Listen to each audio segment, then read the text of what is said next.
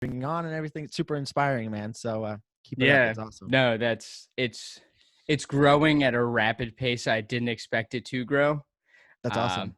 I think like the coolest thing is actually when I've had two of the Mind Pump guys on so far.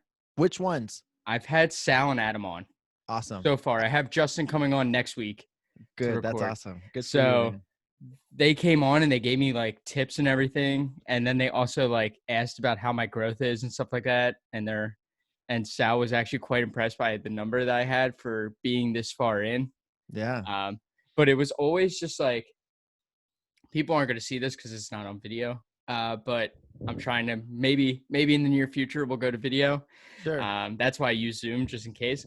But it was so stagnant, and it was like when I was so inconsistent with actually like posting, like the first like four months of it, it was just so stagnant. It would steadily like every episode would get like 30 downloads like on the release date. Sure. And then like I was telling you before was like it hit that one episode and it just like blew up. And then it's how like it goes. It's usually how it works, man. every release is like now it's like 100 plus release days, and like my regular days now are like some days where I used to release back like when I started, and it's kind of like crazy to kind of think about that. I was like, the first episode I recorded, I got like 35 downloads. I was like, all right. I was like, 35 downloads is respectable for the first episode. I was like, we're on a good path. I was like, people at least want to listen. At least you got a few. That's all that matters. I was like, man. You just need a few. I was like, at least I got one. Absolutely. But then it just like shot, and it's been a journey and a half. I could tell you, meeting people like you, like Justin Mahaley, my own coach I have now. It's just like, I met so many people through like I was telling you, that kind of just go at it on Instagram DMs, just asking people, and you never know what you get in response. But I always say that everybody is human. Like that's so like true. It's a part that a lot of people always forget when it comes down to actually social media. Yeah. And you always play up in your head too. Like you always play up the most negative outcome that's going to happen. Like they're either going to be rude to you or they're going to ignore you or whatever you think it's going to be. And just like I said earlier, most people are a lot cooler than you actually think that they're going to be, right? Because it's just all mind games that we play within our head. And I've gone through that exact same stuff through my own journey of social media and everything too. You always kind of play things up worse than they are. But that's awesome, dude, that you are doing well with the podcast and everything. That's super inspiring. It's cool to see. I can just tell by following you too that you're super passionate about it. You like connecting with people, and this is something that you really want to grow. And it's just super awesome to see you doing it. I always get motivated when I see somebody else who is going after their dreams and putting the insecurities or the self-doubt that they might have to the side and continuing down the path and choosing to, they're there, but ignoring them and just trudging along anyway, because that's kind of how I have to work too, and that's how I operate on a day-to-day. So when I see it from others too, I get super motivated. So I think it's awesome. Yeah, I actually just brought up a really good point, because I actually wrote a post about it the other day, which was like something I've been really negative about during the quarantine, which is my online coaching. And you actually wrote like some sort of a post very similar to it that kind of resonated with me really well, which was that embrace the suck post. Yeah, that was just a couple of days ago, I think. Yeah, that was actually one of the best posts I've read in a while. And it kind of gave me a bit of a boost when it comes to that, because I've been through the struggle of literally, like, as people have heard probably in the previous episodes, I signed my first client right as the quarantine hit. Your first client? Yeah, like my first paying client. Like my first paying client. Like I've had a few others, but then my first paying client hit, and it was like right as quarantine hit. And I was like, this could not be a worse time to release like my paid coaching. It's a hard time to start a business. I was like, this is a great time to start a business. I was like, cool. I was like, at least I have the podcast, but I was like, well, at least I got one. I was like, the best thing is I have 4 clients overall. But I remember you talking about like you went through the period where you got 0 clients. And like, that's where I'm at right now, is like, I've been through, how long have we been in quarantines for? Like 2 months now. A of long time. Feels no like longer. of no inquiries, and it's really kind of like a down type of thing, Mhm. but it's also like a learning experience because I'm still posting out content Mhm. and I'm still doing this. It's like those two things are keeping me going because I know it will pay. I'm doing the things that are right to do still. Yeah, and it's a sign that you'll be successful in the future, right? I've heard somewhere the other day, I can't remember where it was. It might click with me in a second, but you should find whatever you're going to do for your job, it should be something that you would want to do, even if you weren't getting paid to do it. And you're not in that position now, but a similar position to that, right? You're not seeing any progress, you're not getting any inquiries. My first year, it was slow trucking. Like I was posting content, I was putting myself out there, trying to get uncomfortable, and it's super slow. You have to build trust and you have to be super consistent for a really long amount of time and to find yourself and your messaging to actually start to get it to click. You know what I mean? And that doesn't happen. Most people think, well, I should just be able to start whatever it is that I'm going to start, if it's going through a weight loss journey, if it's starting in the gym, if it's starting my own business. And as soon as I start, things should just start to click and go at a rapid rate, and you should start to go on a steep incline to progress, right? But usually, what happens for most successful people, from what I've learned from others and from my own experience and where I'm at my own journey at the moment, is it starts really, really slow. And that's the time where you realize, is this something that I truly want to do or not? And if you do truly want to do it, you'll learn to embrace that suck and just trudge along, because and have the faith deep down that at some point things are going to click and things are going to start to move in the right direction. And just as you said, like you're working with a coach, you're doing the podcasting, you're putting out all the free content. It's what it takes. You know what I mean? Like, it just takes more of it for a longer amount of time. And so if you can embrace the suck now, it'll pay off in the future. It just depends on how long you're willing to embrace that for. So Oh absolutely. yeah, that's like the thing. It's like every time I think about it, I'm like, to truly be honest, I've only been coaching for like 6 months now. Hmm. Like to like actually coaching clients for like 6 months, and it's like it's really young when you look at it, especially How old like are you, Anthony? How old are you? 22. 22. Cool. That's awesome. Yeah, so I'm number one, I'm young. I'm really Hmm. young for a lot of people to be coached by. Hmm. Um, that's one kind of hump that I made as a weakness, is like that's like being young, you got to earn people's trust. Sure. Um, so that's kind of been the thing, but also it's just like getting that time, and like I said, putting in the time. Like I'm only 6 months in. I'm like, this is Yeah. great growth for where I'm at for 6 months. To truly be honest, thinking about it, I'm like, I at least have clients. Like I could have been through a Yeah. stage where I just have no clients. If I had no clients, I probably would have I don't have that mindset, but I would have thought of turning to a different route Sure. rather, like to Oh, think about that. sure. That makes total sense. And yeah, it comes down to, like, I remember when I first started too, for the first while, like you would get a client one week and then you hear about nothing for like a good amount of time. You get nothing. You're like, oh, this isn't worth it. And then you get a client and then you're like on top of the hill. You're like, yes, this is going awesome.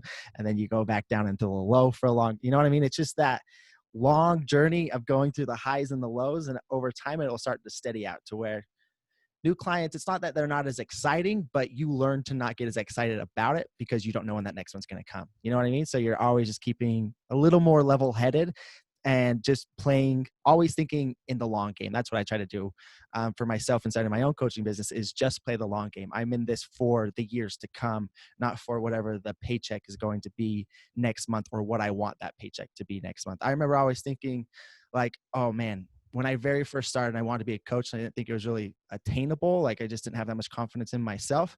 I remember thinking, oh, like if I can just get 5 clients, I'll be happy.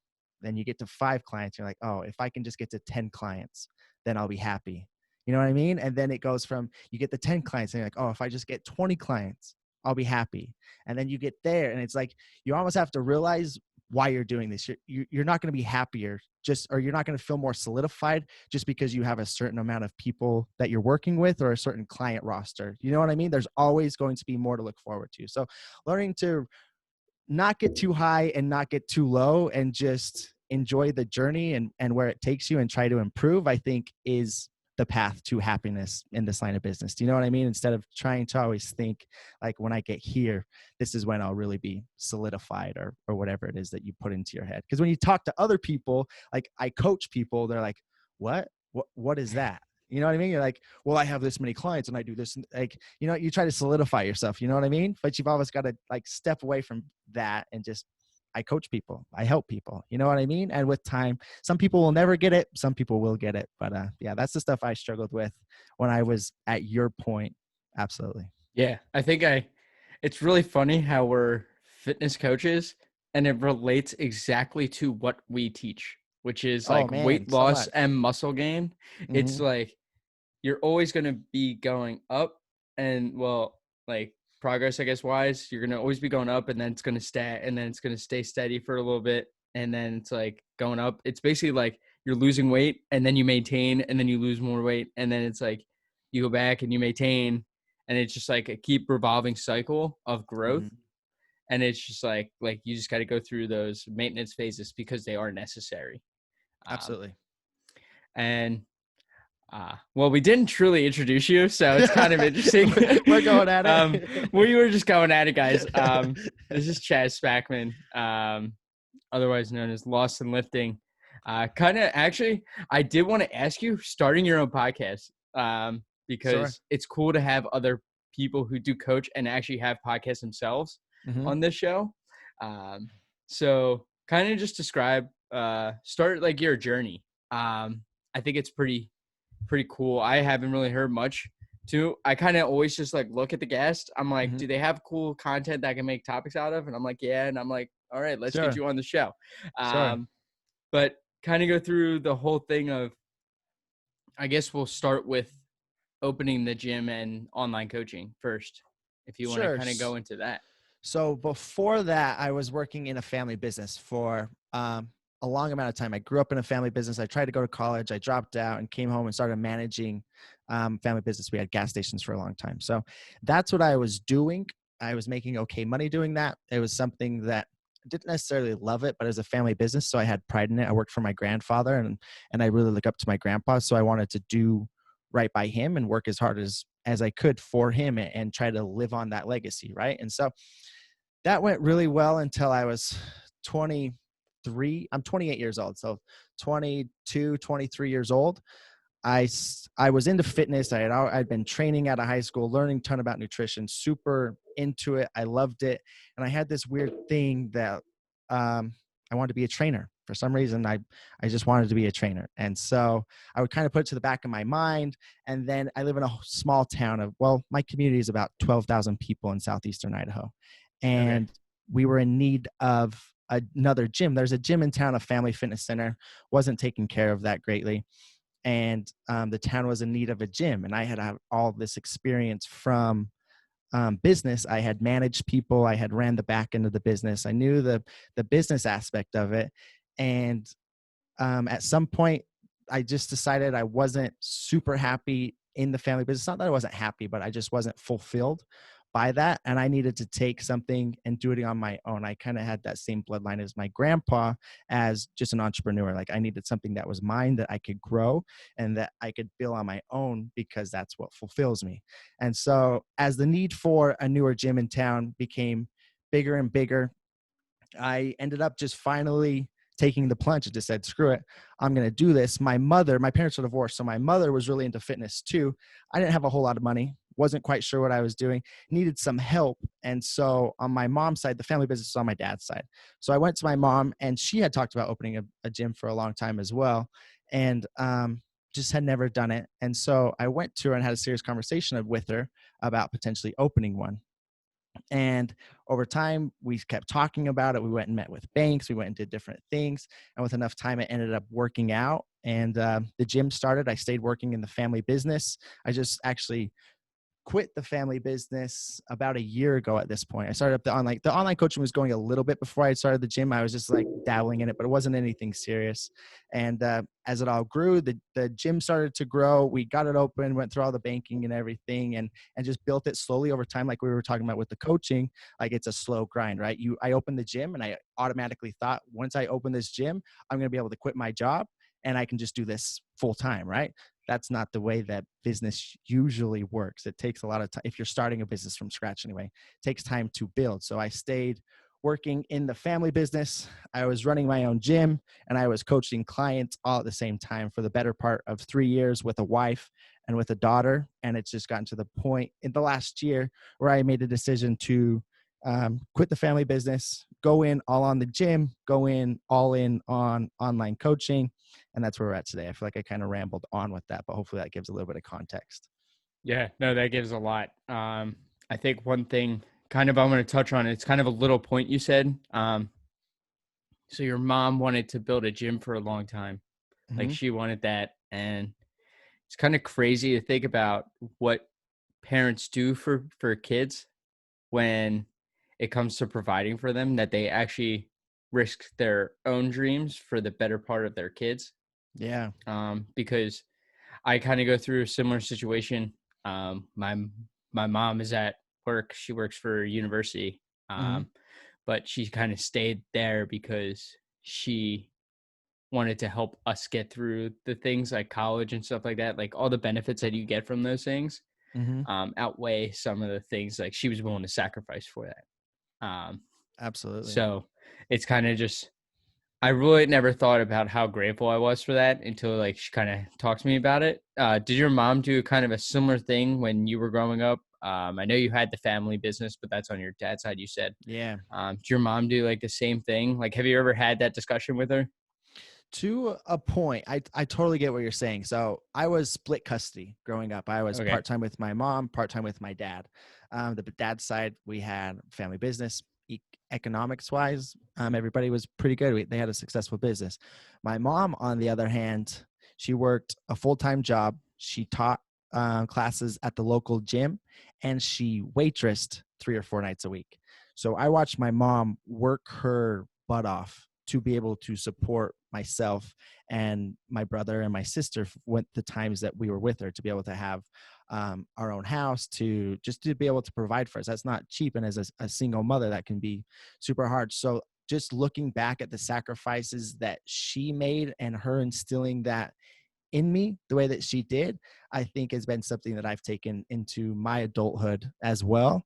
Um, and just been super appreciative of, because it's taught me valuable lessons and valuable habits and instilled those things into me as well. And with what you're saying, I struggle with that. I have a daughter, and so when I decided to leave the income that was guaranteed, I just had to go to work every single day, and I could just show up and get a paycheck. That's comfortable, right? That's security 101. You show up, you get your paycheck. I have a daughter, I have a wife, I have a house, we have things. And so for me to decide, okay, I'm going to let go of this paycheck that pays me a decent amount of money every month, that keeps my family comfortable, to make less money every single month into other businesses for myself that isn't even guaranteed this could go all the way tomorrow. This could go away tomorrow. That was a hard decision to make. I battled with that for a long time. That was part of the reason that I stayed in that business for so long. But at some point I just realized, like, you've got to, you can't necessarily live your life off of what ifs or just being comfortable. When you're ready to take the leap and be uncomfortable and maybe make less money, but be able to put your whole heart and passion and soul into it, well, it's going to prosper and build a lot faster than just half-assing it, if that makes sense. So absolutely. Yeah, I think there's always a chance though where you kind of have to be secure. You have to make sure you're secure in some sense when you do make these leaps. We're not telling you Sure. to just jump off the boat. Like if you don't have the money to like support yourself, like I think my buddy was talking to me about it. He's like 6 months. He's like save up for 6 months worth of stuff, and then he's like then go. He's Hmm. like do that. Like that was the one piece of advice that he gave me. He was like once you save up and you're on that increase a little bit and you believe in what you're fully doing and everything is growing at what you want to grow, no matter where you're at, he's like if you have that time and you have that money to sacrifice to go all in, he's like do it. Yeah. uh, Especially being my age, I said 23, well gonna be probably 23 in October. um he's like you just have to do it. He's like you're that young where it's like You got so eh, much time, man. exactly. You got so much time. You don't have a ton of responsibility yet. Like, go all in at your age, because then by the time you're my age at 28 and maybe you do have a family and kids, whenever that happens, the sooner you start, the further along that you are. Do you know what I mean? Like, and you're 100% right. Don't just jump all in an unresponsible way. You know what I mean? Like, I stayed in the family business before going, putting all my eggs in the basket with the gym and with the online coaching. I had a couple years worth of savings put away, just because that's like, you got to be smart financially Yeah. too. You can't put yourself at so much risk that if it all falls apart, you're 100% screwed. But at the same time, you have to realize when the time is to jump. You can't stay on the safe end of things for too long, because that can hinder you just as much. And what was kind of the hardest part too about at least starting a gym is not an easy thing. No, A it's couple of not. people have told me it's probably one of the hardest things to actually do, because there's all this equipment, there's all the sanitary stuff, all the certifications you had to get for it. What was kind of the hardest part with building that, compared Man, to the online coaching? Because online coaching, you could just you don't even have to click a button. You just have to yeah, put in your Instagram bio, say Shaching online coach. But with the gym, what absolutely. was the hardest part with starting it? So the hardest part, obviously, straight up front, is finances. If you're going to get a loan, if you're going to put your own money into it, whatever. We did both. So me and my mom both came to the table with our own finances, and then we had to borrow as well. So just going through the bankers, and for me being at the time like a 24-year-old kid, and looking at a banker and saying, I need this amount of money to go open a business, and getting his trust in me to actually be able to do it. That took a lot of work and a lot of deep conversations. I remember leaving the banker's office a few times just pissed, because I felt like he was tearing me down and didn't believe in me, that I had what it took to be able to actually make it happen, if that makes sense. So right up front, it was obviously that, going through that. But like, as far as picking out the equipment, finding the facility, all that kind of stuff, that was fun. You know what I mean? Yeah. Like, imagine getting to build out your own gym with like the equipment that you want inside of it. That was really fun. Sticking within the budget was a little bit harder, obviously. But that was the hardest part. And then really like getting, I remember putting the gym together, like rolling out the mats, doing all the painting, getting everything ready. We went to a building that we had to totally refurbish. So I remember spending like 2 weeks straight with basically no sleep in that gym 24/7, trying to like find stragglers off the street to come help me lift equipment inside. I remember taking a window out of the facility, calling the glass guys and having them come take out a window so that I could fit a Smith machine through. And we got the Smith machine stuck in the frame. So, but that stuff I'll remember forever. You know what I mean? Putting it together. So that was definitely the hardest part. But like, online coaching compared to owning a gym, when you own a gym, things can take off a little bit faster. At least they did for me in my experience. Like, I remember grand opening day, I had paying clients through the door just like that. And it started to build, right? As compared to online coaching, like what we've already been talking about, that's a slow grind. It's getting trust in people that you're the right person to help them. When it comes to a gym, people just want to pay you money, and they want to be able to come in and get like instant satisfaction from the money that they're paying you, because they just want a nice gym with really nice equipment that's well kept, well taken care of, well sanitized and whatnot. So yeah. Yeah. Is there a point to where it kind of, so you said it kind of clicked early? I guess you would say kind of success right away, in a sense, from you were getting members right away for the gym. Now for the online coaching, was there like a point to where, like we've been saying, like you're stagnant and then you kind of take off? What was that point to where your kind of online coaching kind of got bigger? Like there's Yeah. always that point for someone where it just like all of a sudden they keep putting in the work, keep putting in the work, keep putting in work, and you don't see it, and then all of a sudden just boom. Yeah, I'm kind of, honestly, I'm in the middle of that right now.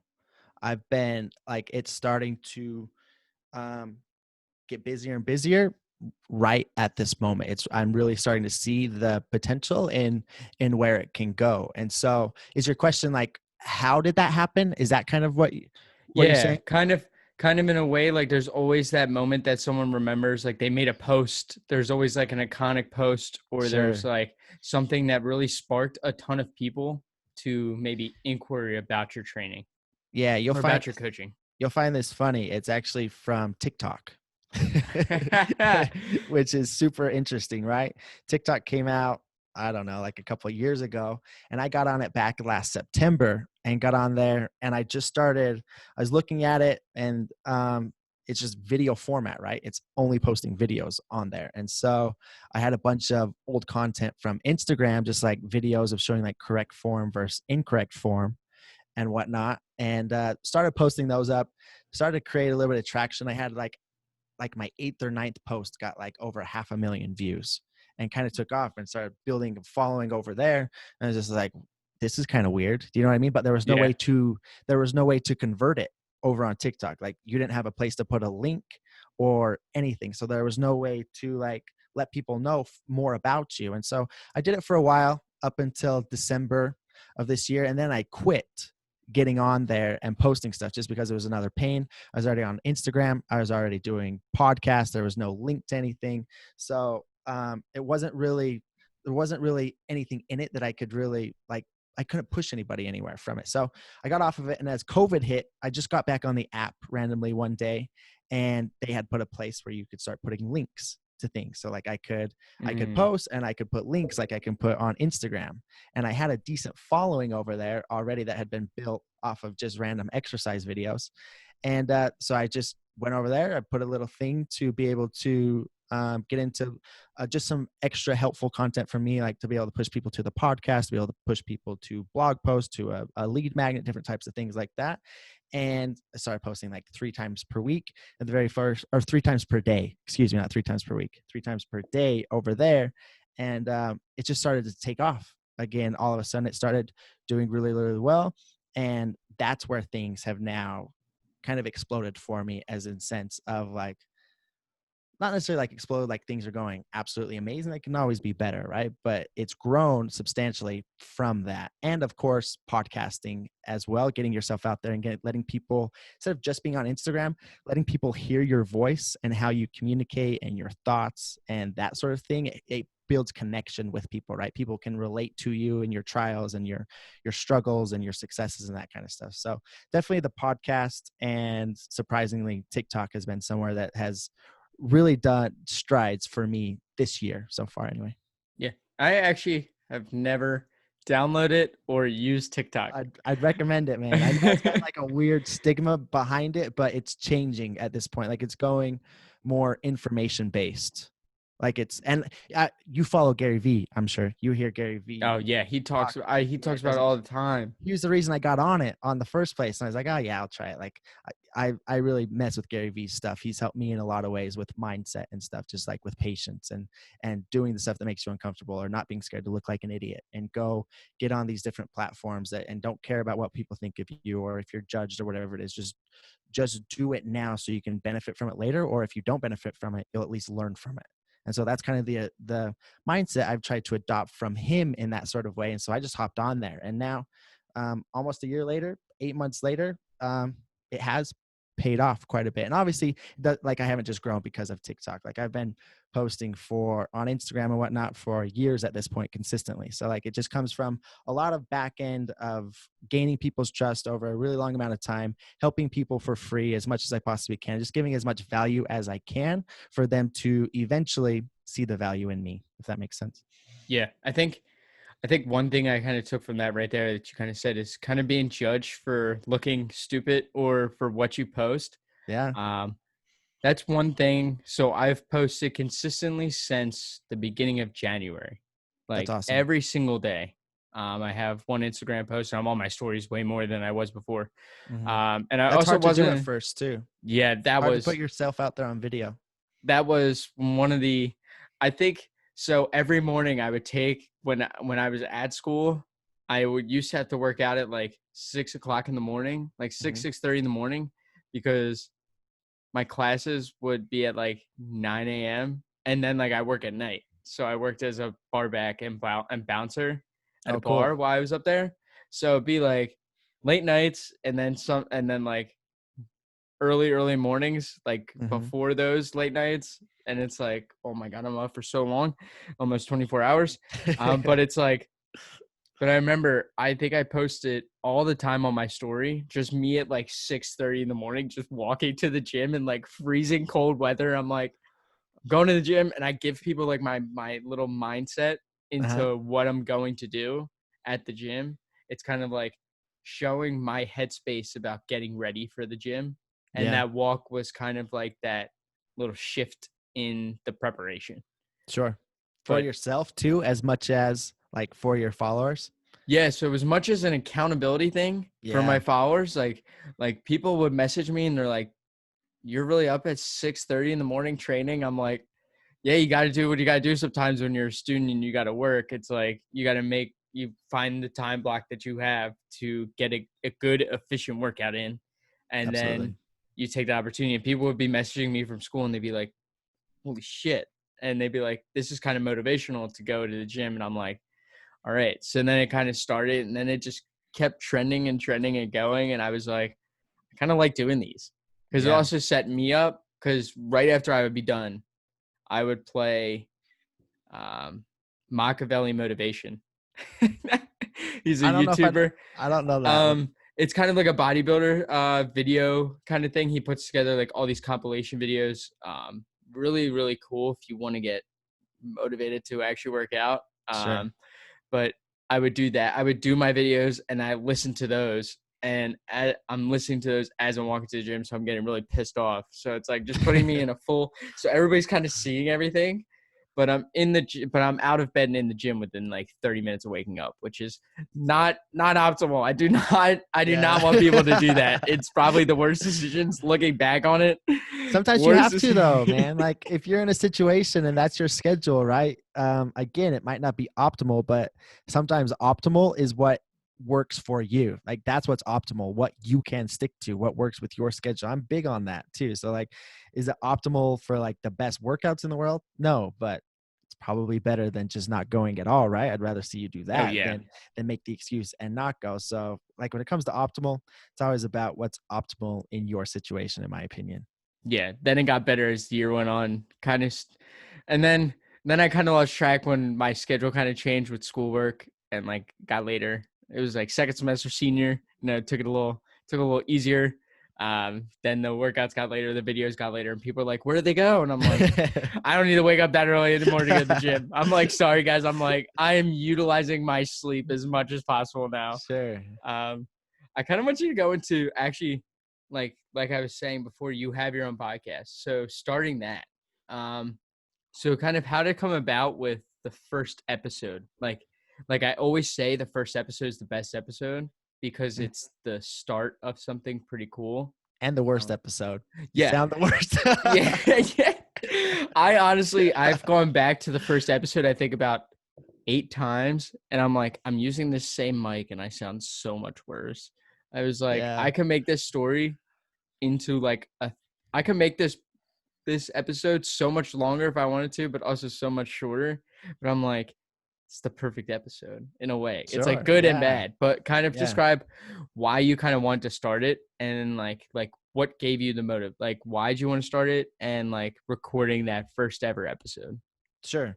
So first, just with podcasting honestly changed my life. Not me podcasting, but listening to others podcast, getting to not necessarily pick the brains, but hear how other people's brains work Yeah. that are successful and that I would like to learn from. It's literally a cheat code. If you want to go do something and you're not like, you can turn on a podcast and learn how somebody thinks about a process and adopt that mindset or not. You're learning so much more than you could by just trying to do it yourself, right? So like when it came to my finances, when it came to training and nutrition, when it came to my businesses, I was always knee deep in podcasts from everybody.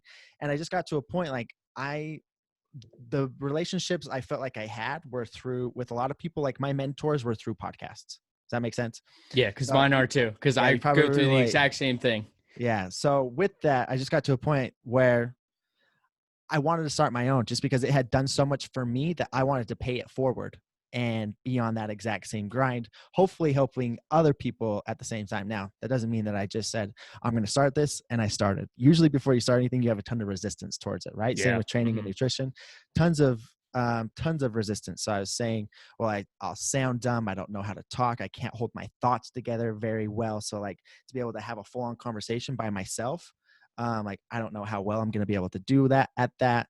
I'm going to sound dumb inside of it. What's my friends going to think? What are my family going to think? All this different stuff goes along forever. And so I kept talking about I was going to do it for like 6 months. I had created even like a logo for it, like not a logo, but the thumbnail, Yep. the yeah, whatever you want to call it, the picture frame for the podcast and all that. And like 6 months had gone by and I still hadn't done it.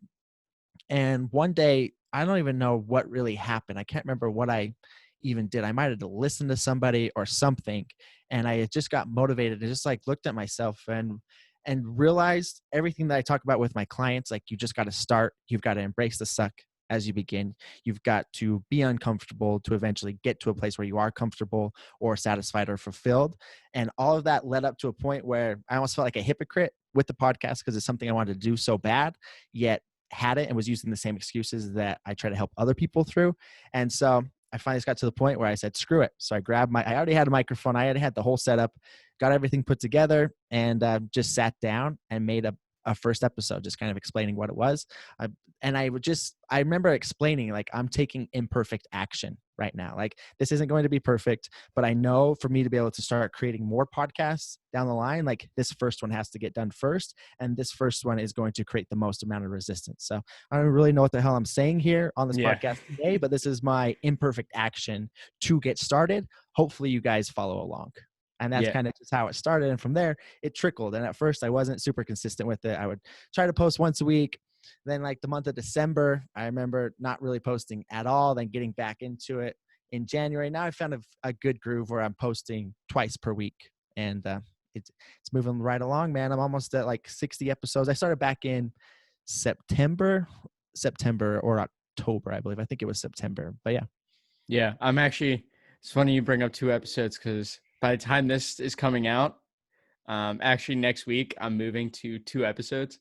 Oh, So I'm cool. doing one myself and then one with the guest. Do you do any by Uh, yourself now? I've done a few. How is it? They've been some of the best. I kind of describe it. Sorry, I'm kind of going back on myself. I kind of No, describe go it as ahead. a therapy session Yeah, in a way. absolutely. Um, but I have like these topics set up. It's gonna be called like something like Talk Time with Anthony or some shit like that. I don't know. That's cool. I haven't decided to No, that's name it cool, yet, man. but it's like I'm just gonna have type of going through my different types of experiences I've been through throughout the year in different episodes. Like go through different phases of my life in different episodes, so it gets people to know who I am. But Hmm. by doing that, you recount what you've been through, and it's kind of like you think about it, and I'm just gonna lose myself on the mic. Like Hmm. that's what I plan on. Like that's kind of how I've taken every single episode I recorded with just myself. Is like, all right, I'll go till I literally can't go anymore, and Sure. it's like I don't care if there's a point to it as long as I record it and have it on there. Like yes, you're supposed to be really intentional with what you do post, but it's also like it's my show. I create Yeah, it. absolutely. But yeah, I describe it as a therapy session, just like being able to talk yourself through situations that you've been through. Like, yes, you can't change those now, but it's kind of just cool to see how you would kind of take action in Hmm. that moment from learning so much throughout like this journey. Yeah, absolutely. On a lot of a lot of my episodes, like I like to go into a lot of mindsets type stuff with Yeah. nutrition and training, and I'll do some informational type stuff too. But like before every, and I'll do Q&A episodes a lot too. But before every Q&A, I like to just bring something up that I've gone through. I don't like to bring up things that I'm right in the middle of because I don't feel like I have a solution to it. So Yeah. if I don't ever have a solution to something quite yet, I don't really try to speak on it.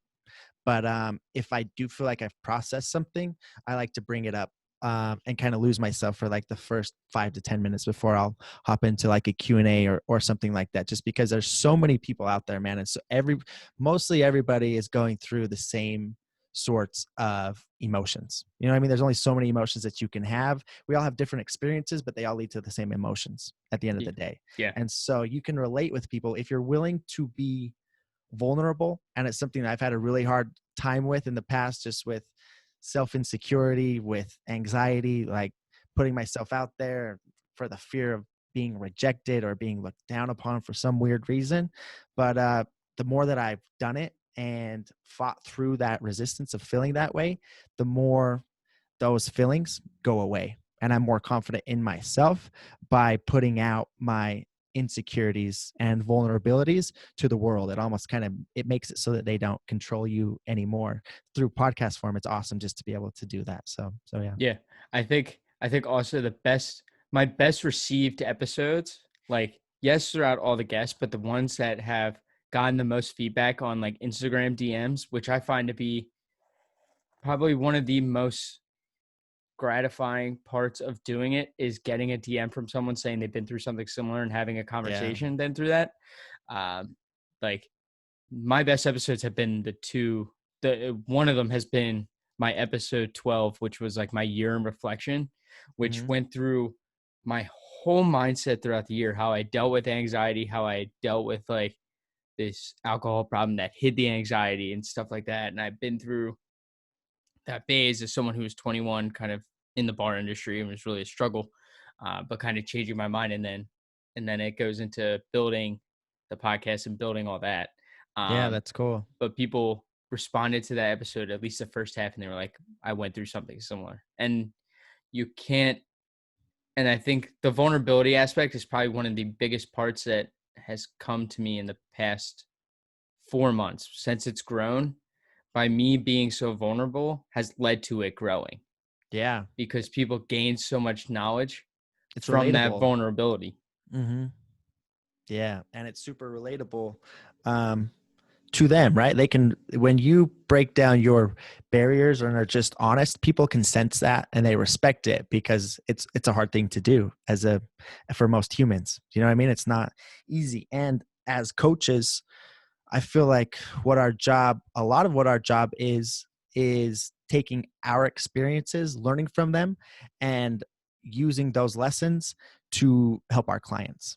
You know what I mean? Because they're going through the same types of things. So it requires a bigger level of vulnerability to help somebody transform their body, because you have to be vulnerable with them and talk with them about the struggles that you've gone through as well, which can be hard up front, but it's kind of a part of the job.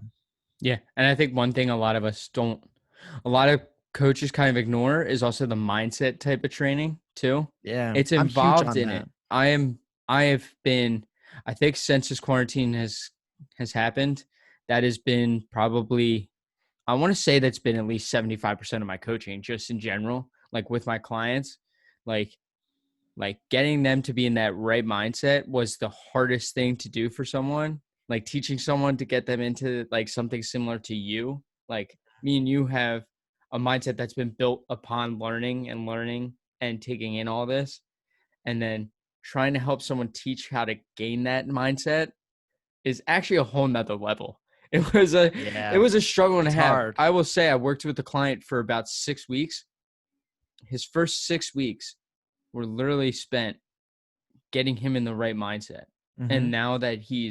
And now he's seeing progress. Like his he's more consistent with food. He's more consistent with his workouts. He built his own power rack at home. That's Like awesome. getting him in that right mindset to actually take action on his life was like way better than even the nutritional and the physical, because Sure. I've been through those mental struggles, and getting over those is going to make it's made his life easier now. Hmm. I feel like everything is kind of just automatic. Like it's kind of insane how quick he went from like something like 60 grams of protein a day to now like 140 grams. Yeah. Like that was his original set number, was 140, and now he's finally hitting it. And yes, that may kind of suck as a coach to kind of have to keep on him about it, but that's how you these are what these people are paying you for, is to actually teach them and tell them how to learn stuff.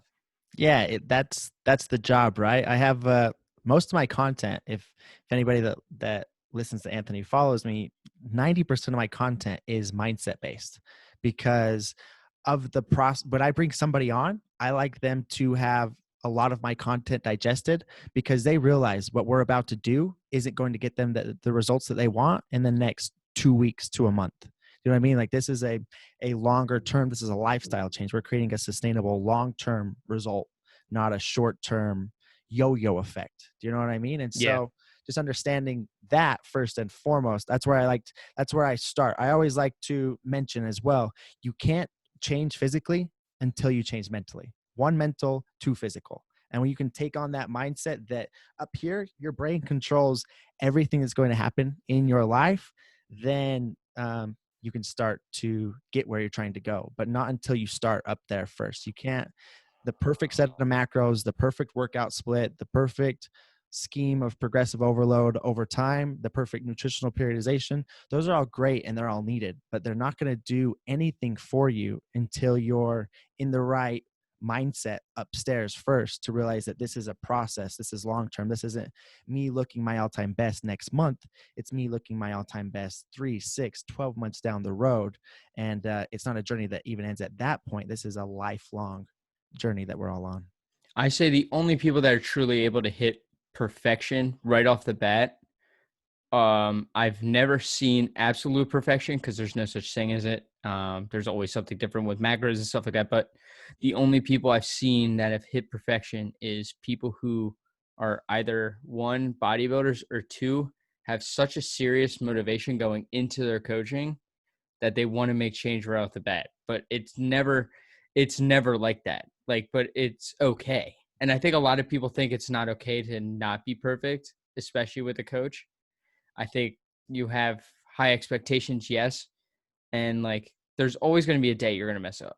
Yeah. I always say that. Like, there's always going to be one day where you're not going to be perfect. Like, there's going to come down to circumstances, whether it's something like, oh, like you've been through something, you got sick, like you have too much work on your plate, like you're running late, like your whole routine gets messed up by just running late. Been there, done that. But it's like the only people I've seen have been perfect is like those people that just have that determination going into it, knowing what they're expecting. And it's mostly other fitness coaches like myself who have a coach Mm-hmm. um, that have their expectations at like the same level. Mm-hmm. So, but it's really gratifying to see people change. I think that's why I've done it. Like after like not knowing in the beginning how I was going to do the business, but actually seeing my first client, like my first client lost 10 pounds in 10 weeks. And I was Awesome. like, awesome.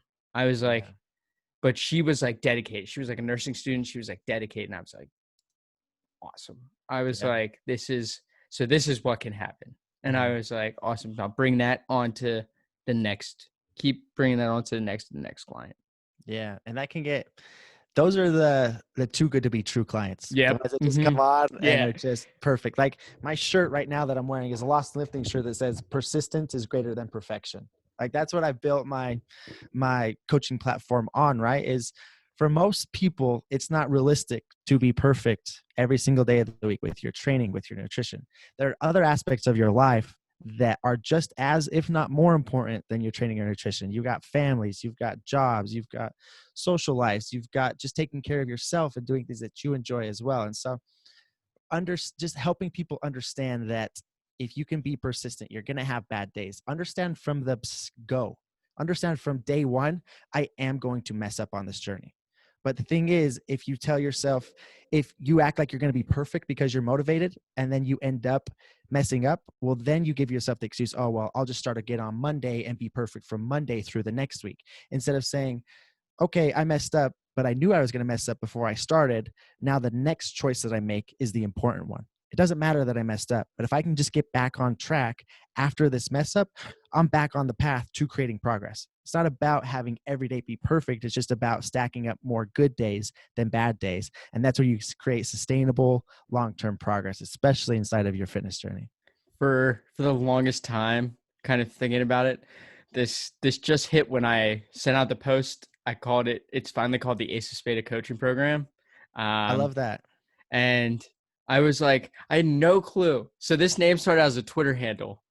I had no clue, and I wrote about the post, and I was like, this has been in front of me my whole time since I created this name, and I was like, no, it means be the ace in the deck of cards known as life. Like that's why I want to get on a shirt. That's cool. Like Yeah, that's like super that's what cool, it man. means. It means like be be that top 1%. Like, it's Yeah. like but it's like be that 1% extra every single day. Like Yeah. whether it is like your nutrition, your training, your mental health, it's like whether you have a family, like you have kids, it's like be there for them, like do something that's going to reward them too. It's like that's what you kind Yeah. of learn. It's like it's more than that, but I'm like just be that ace. It's like Yeah. that's what I'm developing my program to be around, because it just was in front of my eyes the whole time. And someone, I actually Instagram DM'd it to one of my friends, and he was like, thought that's what it meant the whole time. I was like, no, it just came to me. I was like, damn. I was like, but I'm so happy to see that vision now, because Yeah.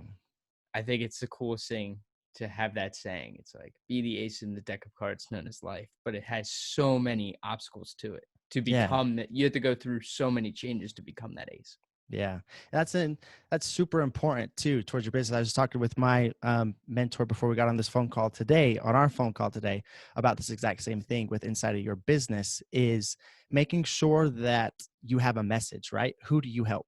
How do you help people? What Yeah. are you going to do to help them through that process? And that's something inside of Lost and Lifting. I've always had like in the back of my mind, I know what I'm doing and I know who I'm trying to help and how I'm trying to help them, but I've never really verbalized it and created like my messaging and everything around that so that it's crystal clear. Like you can come to all of my content and you can see how I can help you. You can see what I do to help you, but you don't necessarily know who I help and exactly what we're going to achieve through that process. And so that's something that I'm trying to fine tune big time inside of my own business as well. And the more that I do, the more that it grows because my messaging is clear on how and what I do to help people, if that makes sense.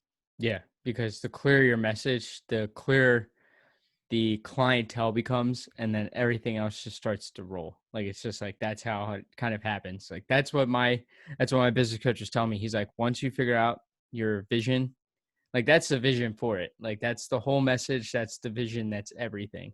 And it Yeah. just came about me within the past 2 weeks. And I'm like, oh shit.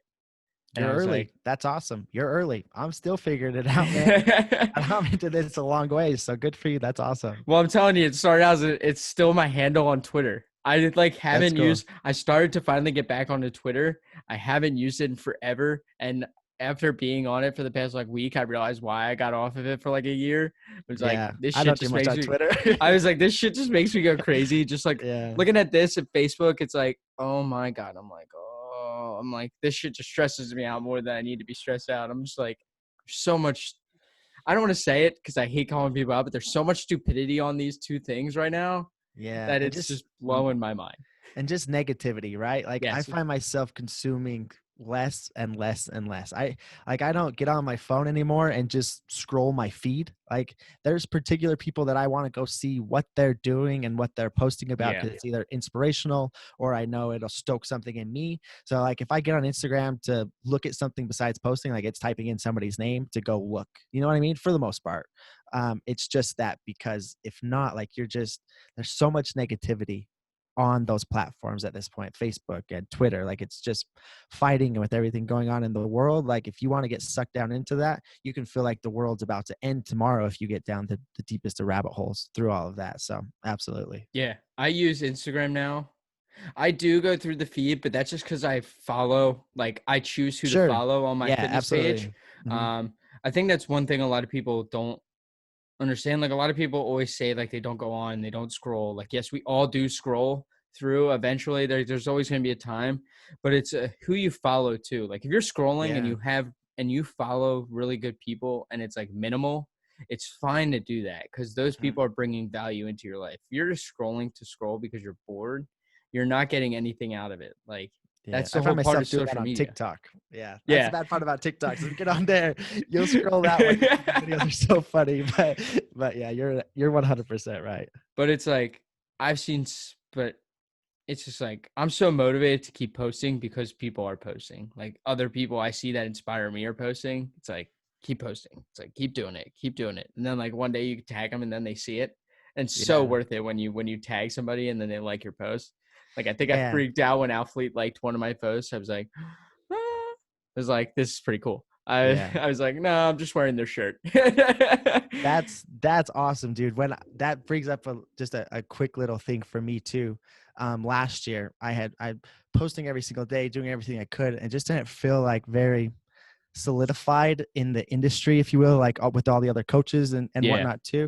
And there's a few guys that I've always really looked up to. Cody Boom Boom being one of them. He's my mentor now. He's who I work with, and he's helping me Okay. Yeah. on He's the been on the backside. show. Has he? Yeah, Yeah. He's Cody's been on the show. awesome. Yeah, super motivational guy, super successful guy.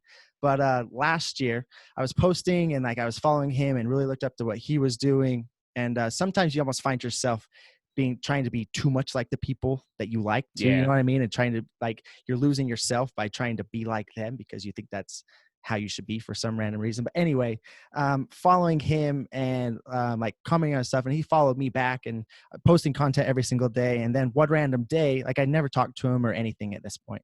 One random day, he creates a post, and then in the comment section of it, he tagged me and thanked me for sparking the idea for him for his new content, and then just said, "Love the content, dude." Like, and that was like the coolest thing in the world. You know what I mean? Because like, it was like I was looking up to him for so long, and what he was doing in a way, and I was finding inspiration in that, and to know like it was reciprocated in a way was just super cool, and it helped with my confidence a lot. Like, okay, I know what I'm doing. I can make this work. Yeah. These bigger pages are always looking for inspiration from others, and you never know who's actually looking at your page. I Mm-hmm. think that's also why I post, because you never know who's going to see it and who could share it on their story or something. Like that's what you Yeah, never know. Like you can make that one post that just absolutely like changes yeah, someone's mind. And it's pretty cool because the podcast has gained me a ton of those people as followers. So that's they all cool. see my content. Like Cody sees my content every now and then, and it's kind of like, oh, this is kind of cool. Yeah, Just to know that they see it is yeah. like the cool aspect, because that means that they took the time to read it. What's even cooler than that, though, too, man, is the ripple effect. Like, think about what the people that you follow and look up to have done for you. Like, almost Yep. look at it as it's our obligation now to continue that. Like, Yeah. we've plugged into them, and now it's time to allow other people at some point to be able to plug into us and to be able to get that and create that ripple effect. The knowledge and the inspiration that you've gained and now you have, and inside of yourself, now it's your time to pass that on at some point. And that's what you can do if you just stay consistent with what you're doing, especially in your situation. You're sitting in the perfect situation. You know, you're Yeah. like, you're newer to this whole thing. You're getting into it. You're being super consistent. You're talking with a lot of people. You're gaining a lot of knowledge. And I'll bet everybody's telling you, like, just be patient, put in the hard work, and give it enough time, and it will start to steamroll. But if you try to get too high or you start to get too low when things aren't working out, you're ultimately going to end up frustrated and not make it. Business is hard, right? There's a reason that there's not everybody isn't a successful business owner, because it's a grind. So better find something that you love, and it sounds like you're on that exact path, and just give it enough time, and you'll get exactly where you're going. Yeah, you're exactly right. So, Chaz, before we're headed to the end here, before you go, I do the same 3 questions with every single guest, kind of just a Uh-oh. way to see what people like to say, what choices they like to make, and Sure. give me some inspiration. So, Sure. the first one is, what 3 things do you want everybody to leave with if to kind of summarize this episode? The first three things. Kind of top three All things right. for you. I like it. So embrace the suck. That's the first one. The number two is be persistent rather than try to be perfect. And number three is keep following Anthony, because he's going to do big things in the future. I like that third one. That's a good third one. No one has said that one yet. Number two, the second question is, what 3 books and or podcast, not your own, that everybody should either read or go listen to? You can make it a mix. You can make it 3 books, 3 podcasts, up to Ooh, you. that is a good question. So if you are a coach or a content creator, I have been listening or reading Why Do You Hate Money by Joey Persha. Probably don't know if you know who that is, but that is a great book. If you're looking to be able to build a brand, or if you're just learning how to write to be able to get people's attention and show them how that you can best help them. I've read this book like 3 times. And I always go back to it when I feel like my writing skills are getting to be not where they want them to be, or I feel stagnant, it just sparks ideas and helps in that sense. Other podcasts, man, I honestly I don't read a ton of books. I know I can't think of the other one. I'll have to think of it. Anyway, I'll give another one for personal trainers as well. As far as a podcast, is Jordan Syatt and Mike Viconte's How to Become a Personal Trainer podcast. So if there's other trainers out there that are wanting to learn about how to build your business, I think that's a great starting point for a lot of people. And then the last one will be, we'll just go with Cody's podcast, the Boom Boom Performance podcast, I think is what it is. He just puts out a ton of really good stuff, training, nutrition, Too many. business. Yeah, he puts out bomb stuff. So yeah. Yeah. If you want to listen to the last two people, Jordan Syatt's episode is number 4, and Cody's is somewhere around like episode like 20. Oh, did you have Jordan on too?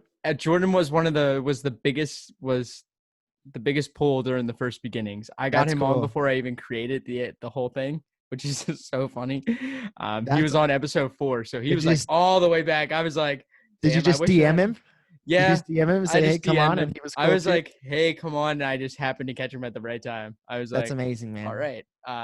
Good for you. And last question, kind of shameless plug yourself. Where can people find you if they want any more of your content, knowledge, coaching, anything? Basically, Sure. your time So to shine. the two easiest places, keep this super simple. You can just go to Lost and Lifting on Instagram. That's the handle. You can find me on there. I post not as I was posting every single day. Now I post more like 4 or 5 times a week there. And then the podcast, Lost and Lifting Talk. I post 2 episodes on there, Tuesdays and Thursdays.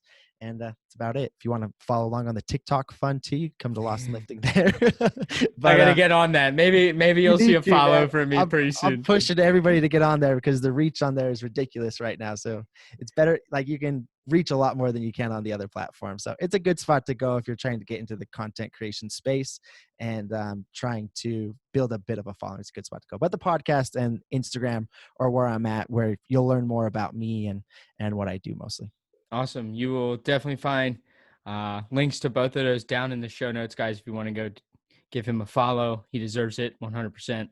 And if you want to look at his coaching, definitely highly recommend that as well. Before we go, I do ask everybody, if you did enjoy listening to this episode, take a screenshot of you listening, tag both Chaz and I, and put it on your Instagram story. Love to show love back to the people that We'll actually post repost about it. too. Yeah, I always do. So Same. everybody, Chaz, first off, thank you for coming on the show. Thank you, man. I really appreciate it. I look up to what you're doing too, man. I think it's awesome. So just keep trugging along and you'll find success in your future. I think it's awesome. Super motivating, man. Thank you. And everybody, thank you for listening to this episode of the Ace of Spada podcast.